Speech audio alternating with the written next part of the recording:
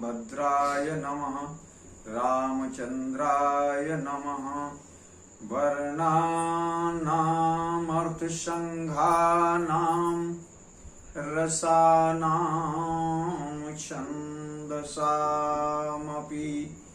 मंगलानां च कर्तारौ वन्दे वाणी विनायकौ वन्दे विदेहतनया पदपुण्डरीकं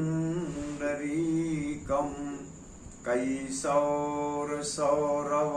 समाहितयोगचित्तम् हन्तुं त्रितापमनिशं मुनिहंससेव्यं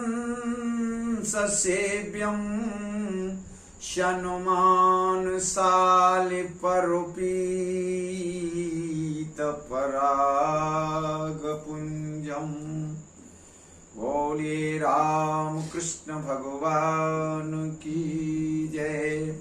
सज्जनों, ये रामचरितमानस की जो कथा है, उस कथा के विषय में बाबा तुलसी उत्तरकांड में कहते हैं, भव सागर चहे पार जो पावा, भव सागर चहे पार जो पावा, राम कथा ता कहीं दृढ़ नावा, राम कथा ता कहीं दृढ़ नावा। संत श्री गोस्वामी तुलसीदास महाराज कहते हैं कि संसार सागर से पार जाना चाहते हो तो ये मानस की कथा, राम कथा, भगवान श्री राघवेंद्र सरकार की रामचरितमानस की बाबा तुलसीदास के द्वारा जो रचित है, वो कथा इस संसार सागर से पार ले जाने के लिए नौका के समान है। देखिए, यहाँ पर संसार को सागर से उपमा दी गई है। सागर और संसार को दोनों को समानता के नाते उपमा दी गई है।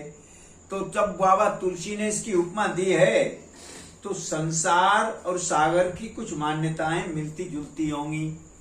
सागर में सबसे बड़ी बात है कि सागर में एक किनारा तो दिखता है लेकिन दूसरा किनारा नहीं दिखता है। सागर की अपार जलराशि को देखा जाए तो जिस किनारे पर आप खड़े हो वो किनारा दिखता है लेकिन दूसरा किनारा नहीं दिखता। ऐसे ही जो है जीवन का भी एक किनारा दिखाई देता है।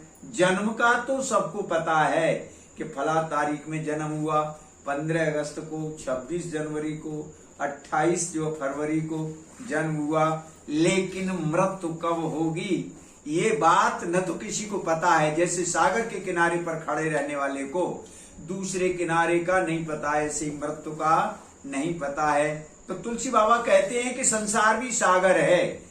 जैसे सागर से पार जाने के लिए कोई जहाज और नौका की जरूरत पड़ती है जल राशि पर, ऐसे ही संसार सागर से पार जाने के लिए राम कथा रूपी जो नौका है उसमें बैठ करके आप सहज ही पार जा सकते हो।